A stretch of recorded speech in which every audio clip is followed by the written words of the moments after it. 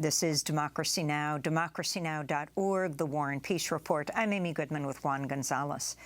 As we end today's show looking at some of the people falling through the cracks of the social safety net during the pandemic and how they're coping.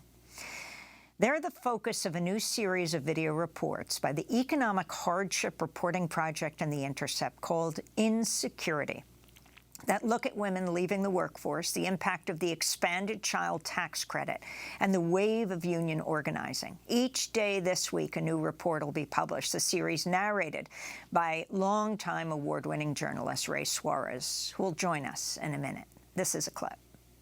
Hi, I'm Ray Suarez. I've been covering the news for more than 40 years. It feels like just a moment ago I was anchoring an evening news program on the all-news cable channel Al Jazeera America. Hillary Clinton's email. Before that, I had long tenures with the PBS NewsHour and with NPR. When Al Jazeera suddenly collapsed, I shoved down my panic. I kept one eye on my dwindling bank balance and started to freelance, and kept another eye out for the next big thing. When I lost my job, my wife and I had to make some tough decisions, especially around the cost of health care. For that and other reasons, I've become particularly interested in the burdens the pandemic and life in America itself have placed on people. So I've teamed up with the Economic Hardship Reporting Project and the Intercept to tell the story of people on the front lines, people facing different struggles. That's a clip from the introduction to the new series, Insecurity. One of the episodes this week focuses on Ishani Gaston of Durham, North Carolina, working multiple jobs, but still unable to afford to live on her own with her newborn son. This is another clip. I've done a lot of different jobs over the years. I've been in the healthcare industry, nursing aide, in-home aide. I've been in fast food, McDonald's, Burger King, Waffle House. But none of those jobs have paid enough for her to have her own place. To survive, Ishani lives with her mother and her son, who was born premature. My son came out with issues, so he has to see a lot of specialists, and we go to the doctors a lot. Trying to juggle being a mom, a job, it's a struggle. For more, we're joined in Washington, D.C. by the host of Insecurity, Ray Suarez, longtime journalist and author, who's also the host of the radio program and podcast called On Shifting Ground. Often in Shanghai, we're lucky to have him in Washington, D.C. right now. Joining us from New York, Alissa Quart, executive director of the Economic Hardship Reporting Project and author of Squeezed, Why Our Families Can't Afford America, her new book coming out soon, Bootstrapped: Liberating Ourselves from the American Dream. We last had her on with the late, great Barbara Ehrenreich. We welcome you both to Democracy Now! Ray, why don't you take it from those two clips we just heard, where you tell your own story, and then tell the story, have the women themselves telling their own stories about pandemic poverty. What motivated you to do this? Well, when the crushing economic impact of the pandemic began, the government did step forward and try to put in some emergency provisions to cushion the worst of the blow, whether it was an amnesty on repayment of student debt, help with rent and mortgage, stopping people being ejected from their housing. There were attempts made, but part of the problem that we see across this series with Ishani, with Katie, with Lisa, is that these programs are not meshing with people's real lives. They are insufficient to completely shield people from the worst impacts of the downdrafts in the American economy right now, and we illustrate how. And Ray, we recently saw the new Centers for Disease Control and Prevention statistics about life expectancy in the United States, a 2.5-year drop in life expectancy since the start of the pandemic. And even though 2021 was supposedly an economic rebound, life expectancy continued to plummet. Your reaction to what the impact has been now on the American people of not only of the pandemic, but the failures of our safety net? You know, this is a perfect illustration of how these attempts to help people in need, brought about by the pandemic, just were insufficient, didn't go far enough. In the case of the decline in life expectancy, one of the effects of the pandemic was to keep people out of hospitals, keep people from getting regular treatment for already existing chronic conditions. So people weren't getting their cancer screenings regularly. People weren't getting colonoscopies regularly.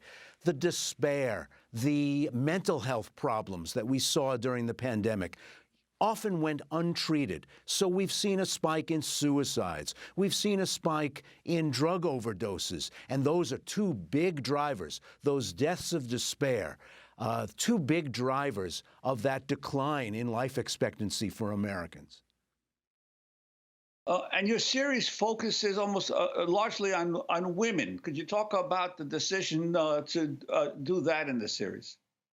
Well, the old cliche is that they hold up half the world, but really they were picking up a lot more than half of the burden. And we see in the first installment that is available starting today, Lisa Ventura, a social worker in the New York area, and how an unseen part of this problem, something called administrative burden, falls so heavily on women, falls heavily on immigrant groups with perhaps less facility in English, less experience in navigating bureaucracies that are sometimes set up just to make it really hard to get the benefits that American workers are promised as part of the social contract.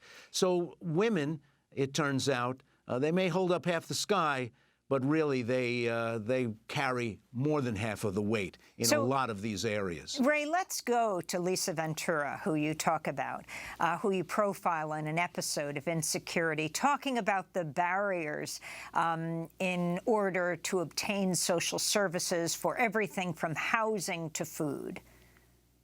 Because we grew up on welfare and Section 8, there's like this big recertification packet that you need to fill out for both. And it's difficult because as a kid, you have to translate from English to Spanish. And I just had to learn how to do that, how to navigate that. Lisa has dedicated her professional and personal life to wading through the social service bureaucracy. What she's experiencing, the battle to obtain social benefits, has a name: the administrative burden. It's all the paperwork and red tape that blocks people from the help they need. Another excerpt of this excellent series called Insecurity that is done with the Intercept and the Economic Hardship Reporting Project, which Alissa Quart is the director of. Alissa, why don't you elaborate from there why Lisa is a part of this story, as well as the woman we're about to introduce, Katie? Well, Lisa and Katie were contributors to the Economic Hardship Reporting Project. They wrote about their experiences during the pandemic, and that's part of what we at Economic Hardship Reporting Project do. We find these voices, develop them, edit them, support them economically, and place their work in mainstream publications, which we then co-publish. So I had found Lisa. She had never published before. She was experiencing this incredible burden, this red tape burden.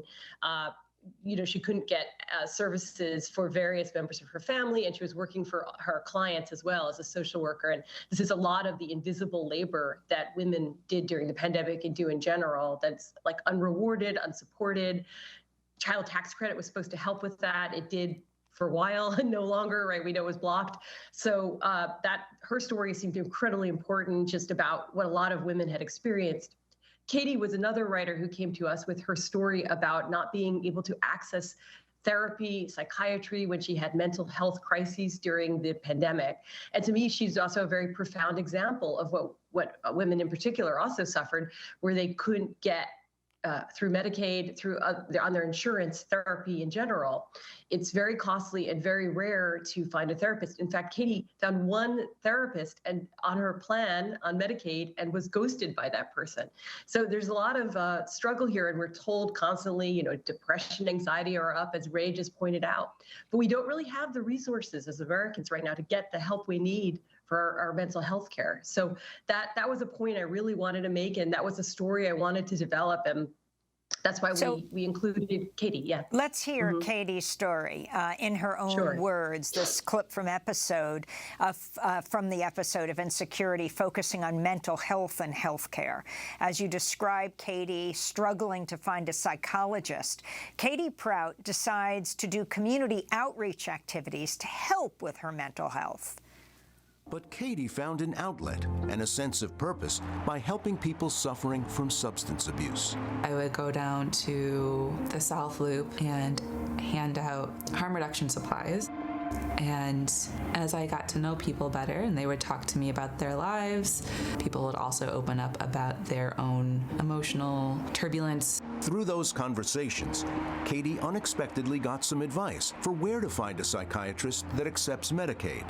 I felt lucky to be able to find the psychiatrist when I did, but it was like a bitter kind of luck, because you shouldn't have to need luck in order to get your needs met. So that's Katie Prout. Alissa Quart, you mentioned Medicaid, and millions of people are going to fall off Medicaid in this next year. Talk about the significance of this and how it shaped so much of what Katie was dealing with during the pandemic. I mean, to be fair, she was on Medicaid and could access therapy. But it's going to be much worse when people are being kicked off the rolls, and that's happening. It's going to happen at greater levels. You know, we mentioned earlier the administrative burden. That's the burden that was by design installed in many of social programs to prevent Americans from accessing things that they're eligible for. So during the pandemic, people were more able to access Medicaid. They made it easier. People could stay on the rolls longer. They didn't have to recertify within the same alacrity. Now that's all changed. It's going to be back to trying to recertify. There's going to be a wave of people who are losing their Medicaid. So that's going to add to these illnesses, mental health crises, and other kinds of bodily health crises that will afflict people. So we should keep our eyes out for that. And I guess the point of the film was, you know, the pandemic has a legacy for people, but there's also hope, and we can get into that too. There's hope in the clip you just showed with Katie finding hope in the theory of harm reduction, and in actually in helping other people. She helped herself. So that's one of the messages I hope Insecurity will give the viewer. I'd like to get back to Ray for a second. Ray, I think it was barely a decade ago, I remember covering some of the earliest protests for $15 an hour minimum wage. And at the time, I was told by some of my colleagues in the media, that's a pie in the sky dream to get $15 an hour. Today, $15 an hour isn't even in many states far from sufficient to be able to have any kind of a decent living. Wondering your view on how, in some states, still the federal minimum wage is the minimum wage, and what the minimum wage should be in this country for workers. Well, the living wage, as you note, is something that's not paid in a lot of places. And our episode with Ishani Gaston is a beautiful illustration of that. She was, at the time we came into her life, working 2 full-time jobs and not clearing $30,000 a year. And that kind of low-wage work, chronic low-wage work, makes her eligible for various kinds of programs, Medicaid, women with infant children, WIC programs. She gets support for special needs for her boy. But who's subsidizing Ishani Gaston?